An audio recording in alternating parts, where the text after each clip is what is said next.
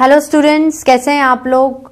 We met again. Hope you all are fit and fine and I am also very good. Students, हम लोग जो chapter study कर रहे हैं उसका नाम है diversity in living organism. At every lecture I am going to repeat, I repeat every time the name of the chapter.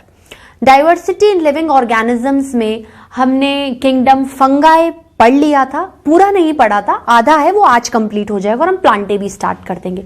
तो लास्ट टाइम फंगाई में हम लोग क्या पढ़ रहे थे? हम लोग सिम्बायोटिक रिलेशनशिप्स पढ़ रहे थे. उसमें हमने 4 रिलेशनशिप पढ़े, 3 कंप्लीट कर लिए थे. Obligate symbiotic relationship, facultative symbiotic relationship and active symbiosis. The fourth one we are going to discuss today is endosymbiosis. 1-2 लाइनें स्टार्टिंग में मैं वही लिखूंगी जो पहले की तरह लिख रही हूं. सबसे पहले अगर अपन समझे, एंडो मतलब अंदर, सिम्बायोसिस मतलब सिम्बायोटिक रिलेशनशिप, मतलब 2 organisms should be there. 2 organisms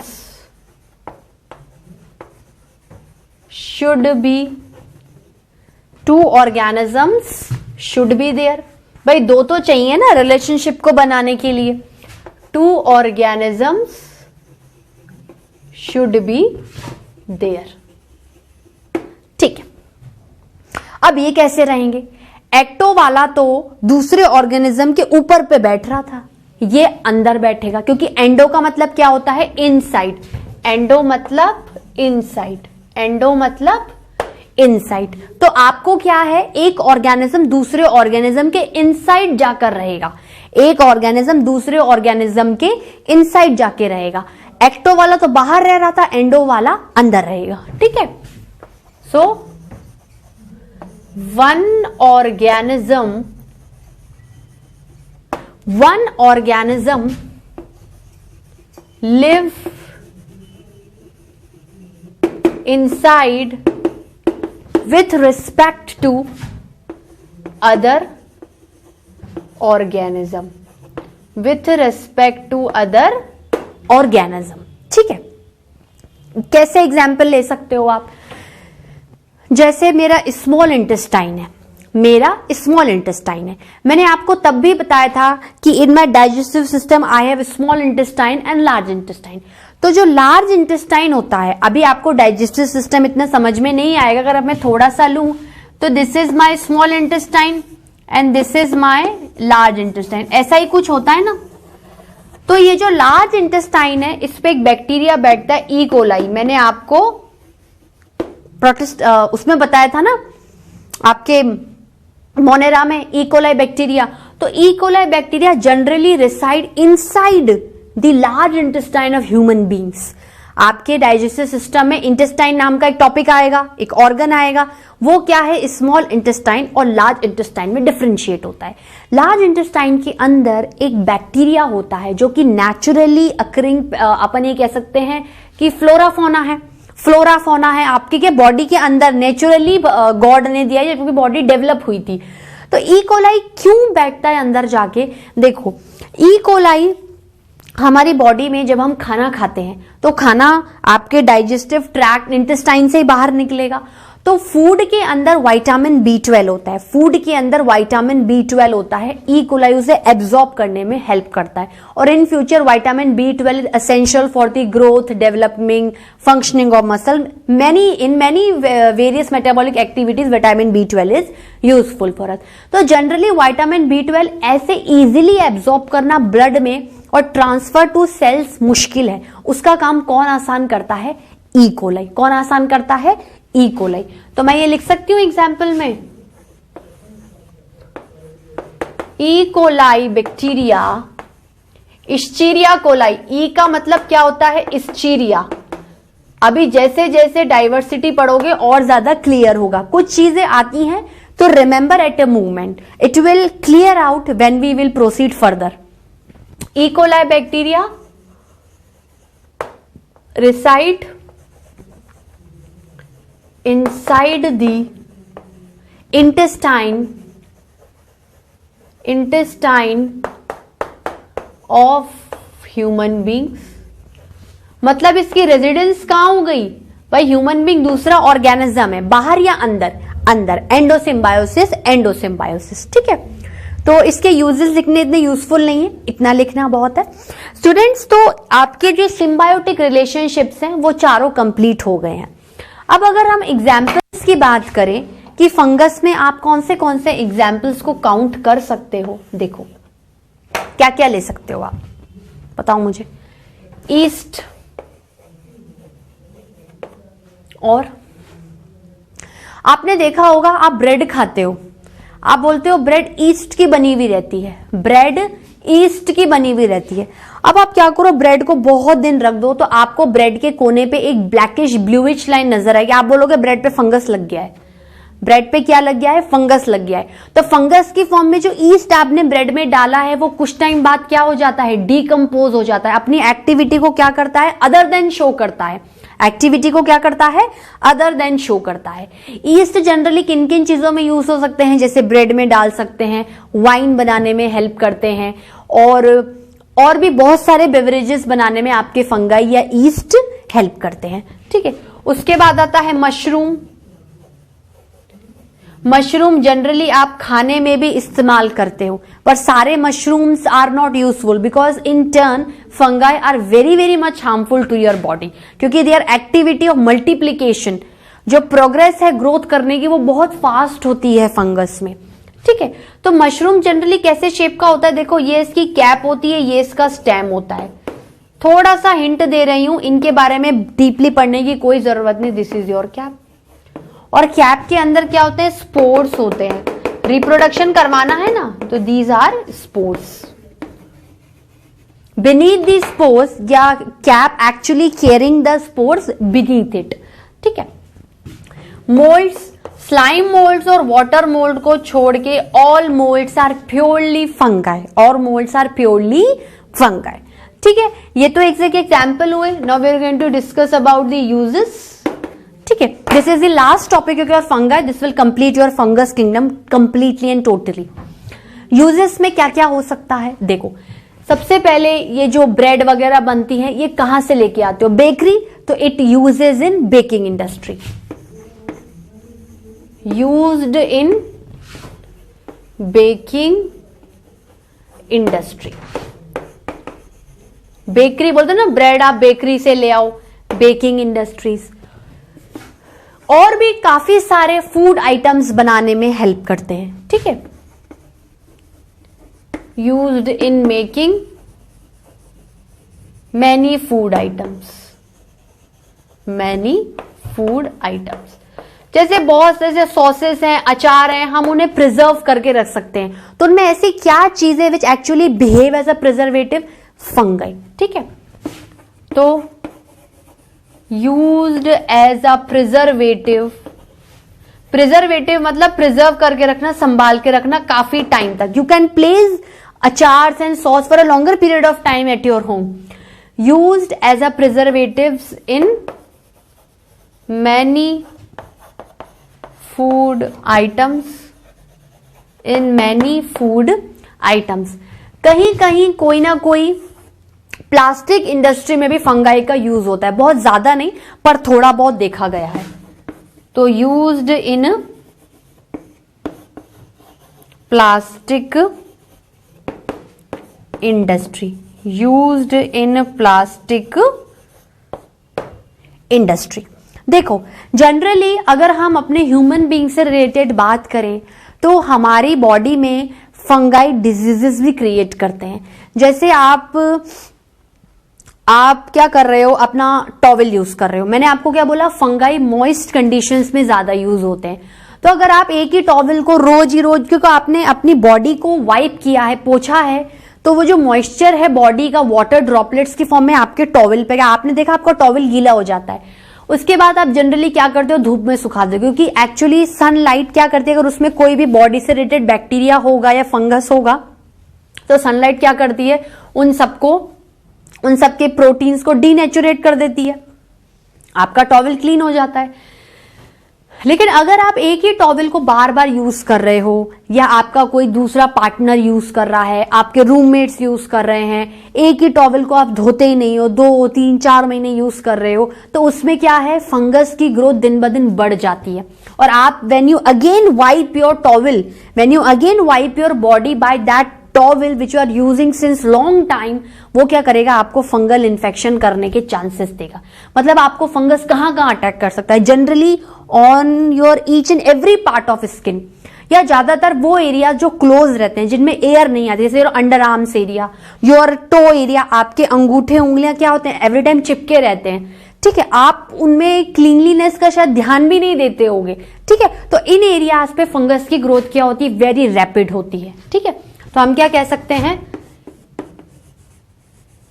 fungus can cause skin, mainly क्या होता है, स्किन डिजीजेस का कौन रिस्पॉन्सिबल होता है एज अ इंफेक्शियस एजेंट बनकर, फंगस। तो fungus can cause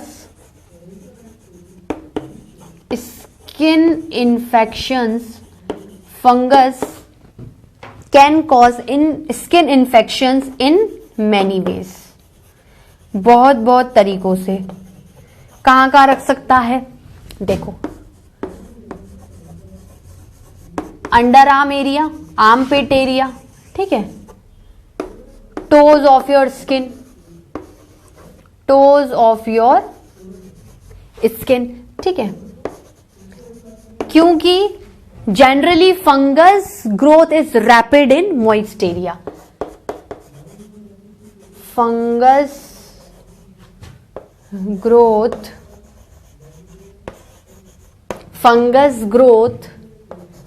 is rapid in moist areas। ठीक है स्टूडेंट्स, ये आपका फंगस वाला टॉपिक पूरी तरीके से मैंने क्या कर दिया है, कंप्लीट कर दिया। आप इसको नोट डाउन करिए, then we will start plantae. Students, have you noted down?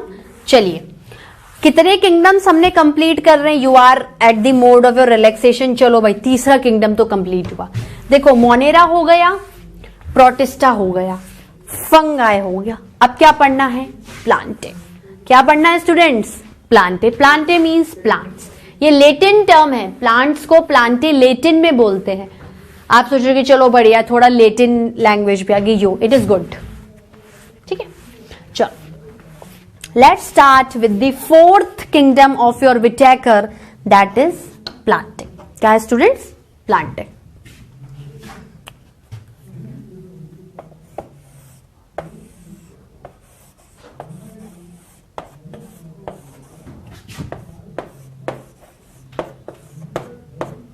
Plantae, Plantae मतलब प्लांट्स, प्लांटे मतलब प्लांट्स। पहली लाइन क्या लिखेंगे बताओ, it is the fourth kingdom, it is the fourth kingdom classification, it is the fourth kingdom classification of Whittaker, of Whittaker। ठीक है, क्या बोल सकती हूं स्टूडेंट्स, प्लांट्स क्या होते हैं, अगर अपन इस किंगडम को अच्छे से समझें तो क्या होते हैं प्लांट। आप बोलोगे मैम वो जो ग्रास लग रही है वो भी प्लांट है। एक मैंने छोटी हाइट का प्लांट देखा था, एक बहुत बड़ी हाइट का था। किसी में अगर हमने रिसर्च की तो रूट्स बहुत बड़ी बड़ी थी, किसी में छोटी थी, किसी में रूट्स थी ही नहीं, किसी में लीव्स थी, किसी में स्टेम थी, किसी का स्टेम ऐसा था, किसी का चौड़ा था, किसी का मोटा था, किसी का सॉफ्ट था, किसी का हार्ड था, किसी की लीव्स ब्रॉड थी, किसी की लीव्स नैरो थी। ठीक है, कोई इस कलर का था, कोई इस कलर का था, किसी में सीड था, किसी में सीड नहीं था, किसी में फ्रूट्स थे, किसी में फ्रूट्स नहीं थे। तो means in the plants you have seen variety of plants, ठीक है। इन योर एनवायरमेंट आपके पास वेराइटी ऑफ प्लांट्स है, हर तरीके से आप प्लांट्स को देख सकते हो, हर नजरिए से आप प्लांट्स को समझ सकते हो। तो मैं क्या कहती हूं, अगर अपन मोनेरा प्रोटिस्टा फंजाई से आगे बढ़े हैं तो इसमें नंबर ऑफ ऑर्गेनिजम्स का डेवलपमेंट भी बढ़ता जा रहा है और नंबर भी क्या हो जाए, दिन ब दिन इंक्रीज हो रहा है। भाई मोनेरा प्रोटिस्टा फंजाई से ज्यादा तो प्लांट्स के नंबर बट ऑब्वियस होंगे ना, तो मैं क्या कह सकती हूं, इन दिस, ठीक है, इन दिस कैरेक्टर्स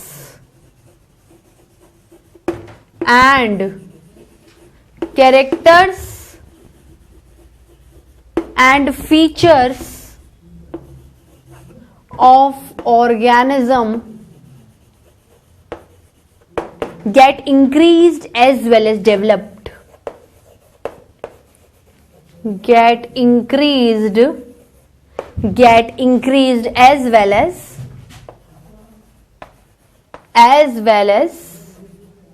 develop. दिन ब दिन कैरेक्टर क्या हो जाएंगे, डेवलप होते जाएंगे।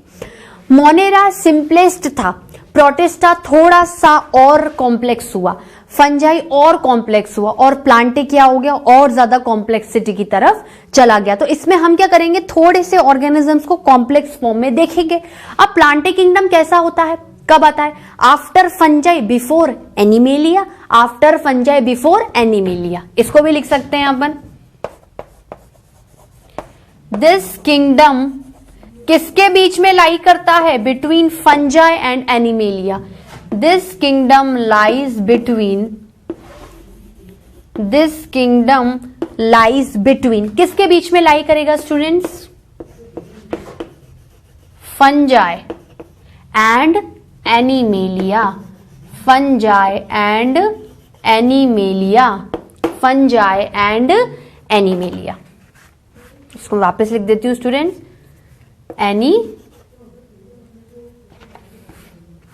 इससे नहीं लिखती हूं, होप आपको नहीं दिख रहा होगा या तो। This kingdom lies between fungi and animalia. मतलब आप ये चीज देखना कि अगर फंजाई और एनिमेलियास के बीच में है तो फंजाई से तो डेवलप्ड कैरेक्टर होंगे, पर एनिमल से थोड़े से लेस डेवलप्ड, क्योंकि एनिमल लास्ट में पड़ रहा है। That means they are the most developed, they are the most complex, they are the most fittest type of organisms we have included in our Whittaker's 5 kingdom classification. ठीक है, तो हम ये कह सकते हैं कि in our environment diversified form of plants are present. ठीक है, in our environment,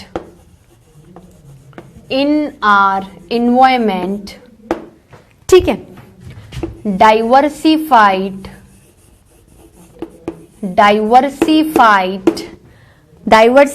types of plants are present, diversified types of plants are present.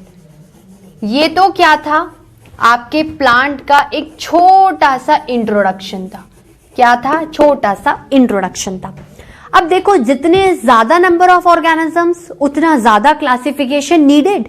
अब खुद तो प्लांटे क्लासिफिकेशन के अंदर आ रहा है, लेकिन उसमें चूंकि डाइवर्सिफाइड फॉर्म ऑफ ऑर्गेनिजम्स है तो we need some kind of sub classification.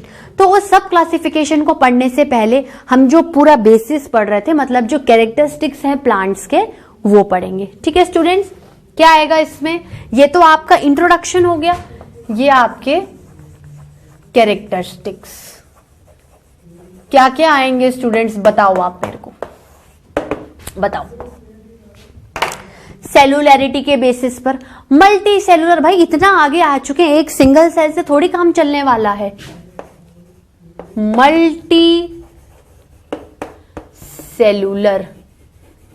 Cellular मतलब made up of many cell, at least more than one. ठीक है, made up of many cells,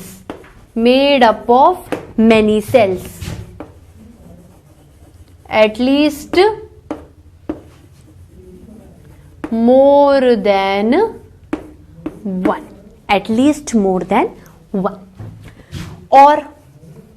और बताओ, यूकैरियोट ऑब्वियस सी बात है कि जब आप इतना आगे आ चुके हो तो why I will not having nucleus well defined and cell organelles well defined. ठीक है, तो अपन क्या कह सकते हैं, अंडरलाइन दिस मल्टी सेलुलर। ठीक है, दूसरा पॉइंट लिखे,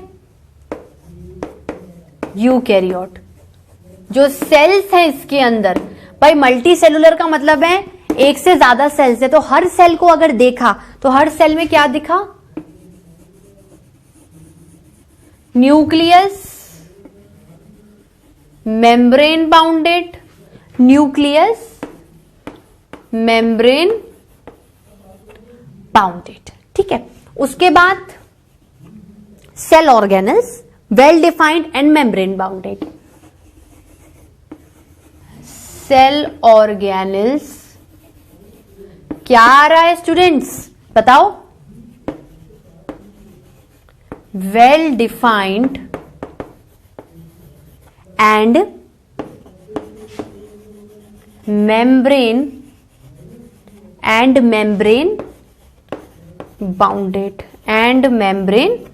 बाउंडेड प्लांट्स में और क्या क्या देखोगे, ये तो सेलुलरिटी के बेसिस पे हो गया, आपके और ज्यादा चीजें हो गई हैं। और हैबिटेट कहां कहां रह सकते हैं, देखो चूंकि डाइवर्सिफाइड फॉर्म है, नंबर ऑफ ऑर्गेनिज्म ज्यादा हैं, तो हैबिटेट भी वेरिड होंगे। प्लांट्स पानी में भी दिख सकते हैं और आपको ग्राउंड पे भी दिख सकते हैं। पानी में भी दिखते हैं ना प्लांट्स, कुछ प्लांट्स, भाई जैसे आपने प्लांट्स में क्लासिफिकेशन किया, मतलब सब क्लासिफिकेशन, अब उस सब क्लासिफिकेशन में भी पहले कोई आएगा और लास्ट में कोई आएगा, मतलब पर्टिकुलर प्लांट्स के अंदर भी पहले वाले में उतने डेवलप नहीं होंगे जितने लास्ट वाले में होंगे। Hope you are getting me, this is properly called evolution because you are moving from simpler one day by day, taking time and proceeding towards the complex ones। ठीक है, तो हैबिटेट में क्या हो सकता है इसके, बताओ,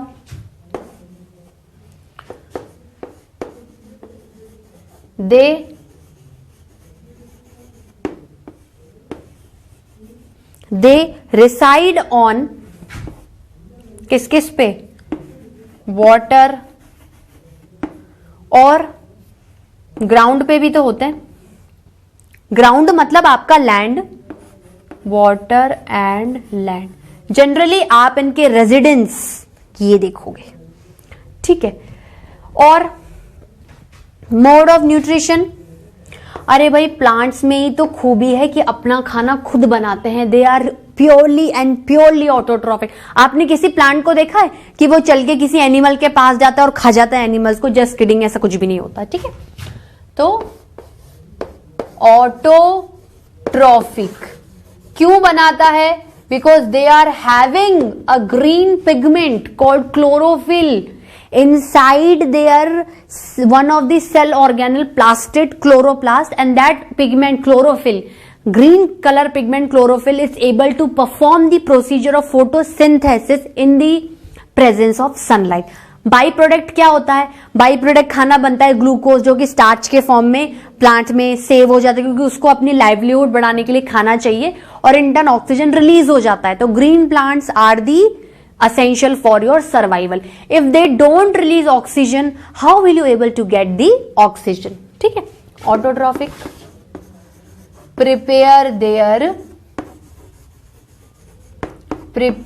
their own food। ठीक है, इतना नोट डाउन करिए students. Have you noted down? तो देखो, आप बोलोगे मैम प्लांट्स के इंट्रोडक्शन में आप इतना क्यों कर रहे हो? बिकॉज बेटा you have move to the और डेवलप्ड किंगडम, तो सारे पॉइंट्स को आप देख के चलो। देखो, फोटोसिंथेसिस में आपको समझाने नहीं वाली हूं, पर फिर भी अगर आप आइडिया रखोगे तो जब आप प्लांट्स के बारे में प्योरली एनाटॉमी और मॉर्फोलॉजी पढ़ोगे तो आपको क्या लगेगा कि नहीं, बहुत रिलैक्स फील हो रहा है। मैं क्या कर रही हूं, इस पॉइंट ऑफ व्यू को समझ पा रहा हूं, क्योंकि मैंने ऑलरेडी इस चीज को देखा हुआ है।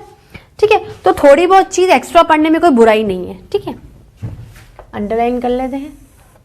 ठीक है, मैंने लास्ट पॉइंट आपको कहां खत्म कराया था? ऑटोट्रॉफिक। कहां खत्म कराया था? ऑटोट्रॉफिक। ठीक है, हम कह सकते हैं all green plants all green plants prepare their own food, prepare their own food. खुद कैसे खाना बनाता है? कोई अपॉर्चुनिटी तो होगी ना, कोई ऐसी चीज होगी जिसके बलबूते पर वो इतना हक से कह रहा है कि I can prepare my own food, I am not going to depend on others. ठीक है, होता क्या है, थोड़ा सा आइडिया दे देती हूं। Green plants are having a green color pigment। आ रहा है सेल काम, इसलिए तो सेल टॉपिक पहले पढ़ाया था। Green plants are having a green colour pigment, underline it. Green colour pigment, pigment मतलब कोई भी ऐसे कोई भी चीज जो किसी पर आएगी तो अपना कलर उसको दे देगी। तो जो पिगमेंट है वो मैंने प्लांट्स पे डाला और प्लांट का कलर कैसा हो गया, ग्रीन हो गया। ठीक है, तो green plants are having a green colour pigment. Pigment मतलब कलर और पिगमेंटेशन मतलब कलर देना, कलरेशन। ठीक है, are having a green colour pigment called as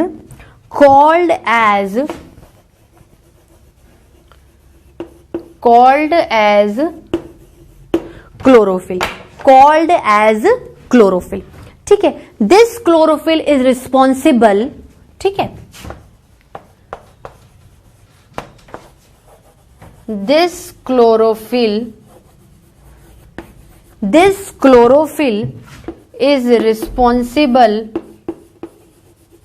is responsible for, क्या करवाएगा?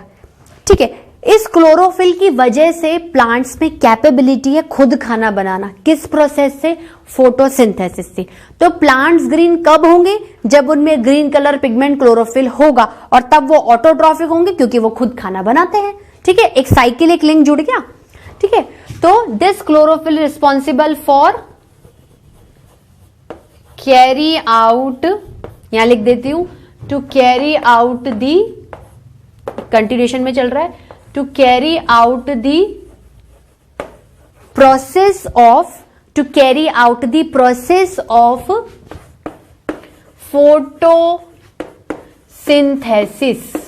ये एक तरीके से प्लांट का एक सिस्टम हो गया ना वर्क करने का। We are later going to discuss in the physiology of plant. ठीक है, फोटोसिंथेसिस। ठीक है, अब अगर अपन थोड़ा सा आइडिया लें तो क्लोरोफिल होता कहां है, क्लोरोफिल कहां बैठा रहता है, अपन लिखते हैं। ठीक है, chlorophyll present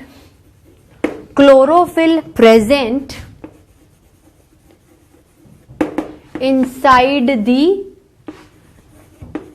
green plastids chloroplast. ठीक है, जो कि क्या है, one of the cell organelles. इस फोटोसिंथेसिस से क्या होता है स्टूडेंट्स? ग्रीन प्लांट्स अपना खाना बनाते हैं, किसकी फॉर्म में? ग्लूकोज की फॉर्म में। किसकी फॉर्म में? ग्लूकोज की फॉर्म में। और क्या रिलीज कर देते हैं? ऑक्सीजन। ठीक है, थ्रू फोटोसिंथेसिस। ठीक है, food in the form of glucose। Basic जो फॉर्म होता है ना फूड का, जनरली ग्लूकोज से स्टार्ट होता है। In the form of food in the form of glucose is formed. ठीक है, एंड